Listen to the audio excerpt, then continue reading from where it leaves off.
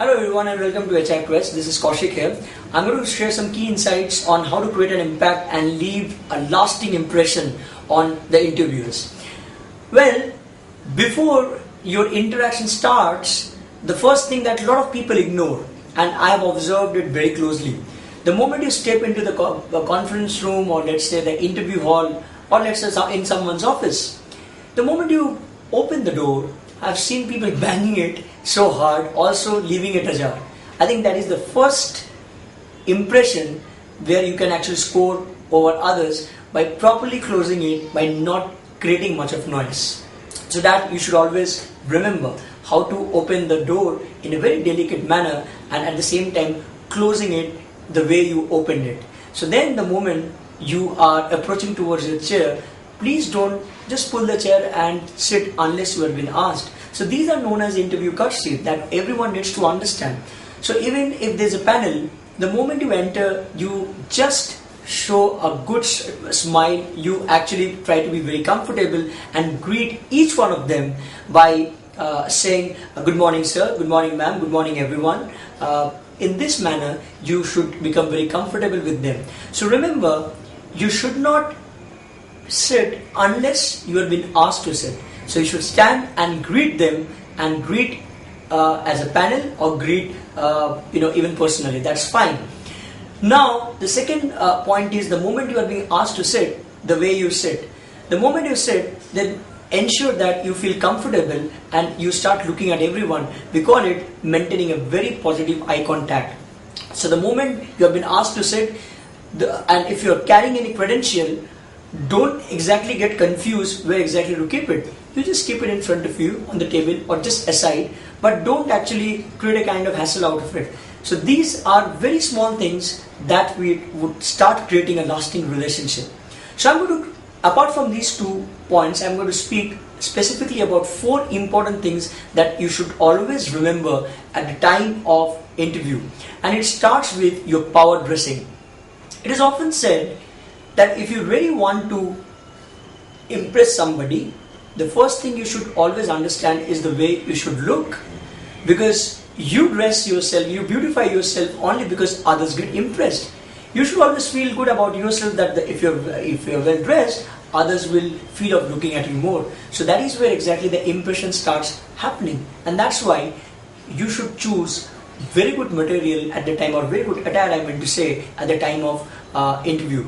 I have actually shared on hrquest.com what all things you should wear being a guy or a girl, so you can always refer to it and we get an idea that what kind of suit, what kind of shirt, tie or shoe you should wear at the time of interview. So remember, I call it power dressing, because if you carry yourself well on that day, it will create a kind of huge power for you, and that will also reflect your persona well to the interviewers. So remember, you dress well, so to look well, and at the same time, if you look well, you start building the process of creating an indelible impression on your interviewers.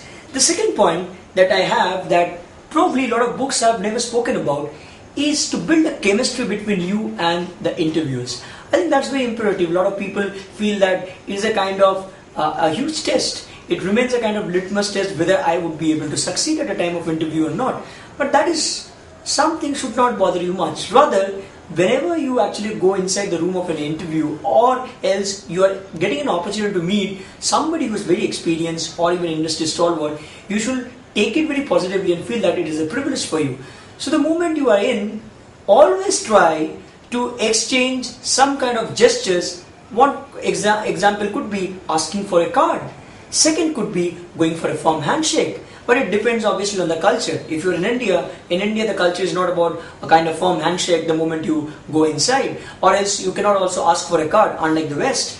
So when you're talking about building a chemistry, that is what also you need to find out ways, how can you start building that chemistry. I believe the best is you can just simply go, give a good smile, and also ask them, hello sir, it feels great to be here.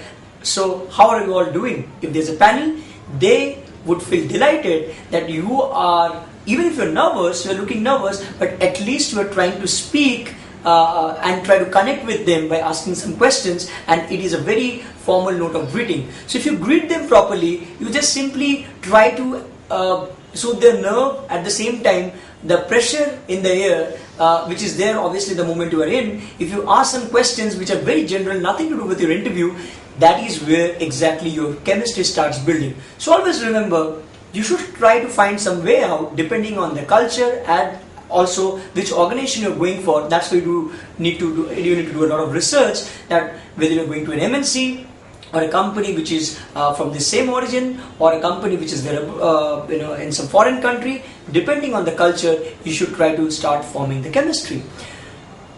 Third point is what I would call is the art of asking questions. A lot of people always go only to answer questions, but nobody ever bothers of asking questions. And it goes like this. Let's say if I've been asked any question and you don't know the answer.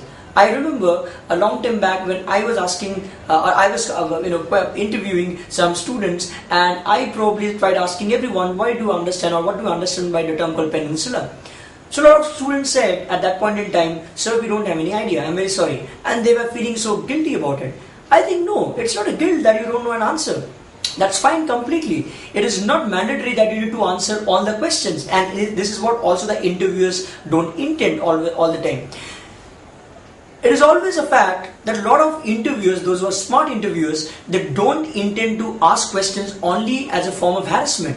They also ask questions so as to educate themselves, because they want to connect with the young minds, and out of their willingness or inclination to learn something, they also can ask questions to you. So you should take it very positively and should consider it to be a great opportunity of building that chemistry. So even if you are unable to answer a question in a very nice tone, you can ask, sir, I'm very sorry, I don't know the answer, but I would really appreciate if you could just enlighten my thoughts and views by giving the right answer to it if possible. These kind of words would improve your ongoing interview, at the same time will build a very good chemistry between you and the interviewer. So this is what exactly I believe is not only building the power of chemistry, at the same time you should always start asking good questions if you ever get stuck.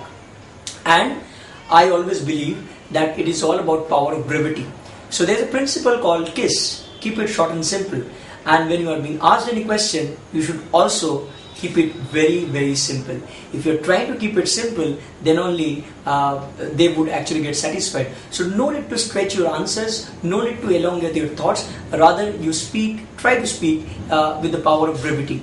And one point that I would like to add on before I actually say goodbye to you for today is the power of giving examples to justify your achievements, hobbies, thoughts, so on and so forth. I call it a kind of STAR principle that you can always refer to. I've elaborated on hrpress.com that how you should speak with inferences, how should you speak with some good examples. And there's a principle called situation, task, action, and the result. So to know more about how to speak with good examples and how to follow the STAR principle to leave a lasting impression on the interviewers, do visit www.hrpress.com. Thank you so much for watching. Thank you.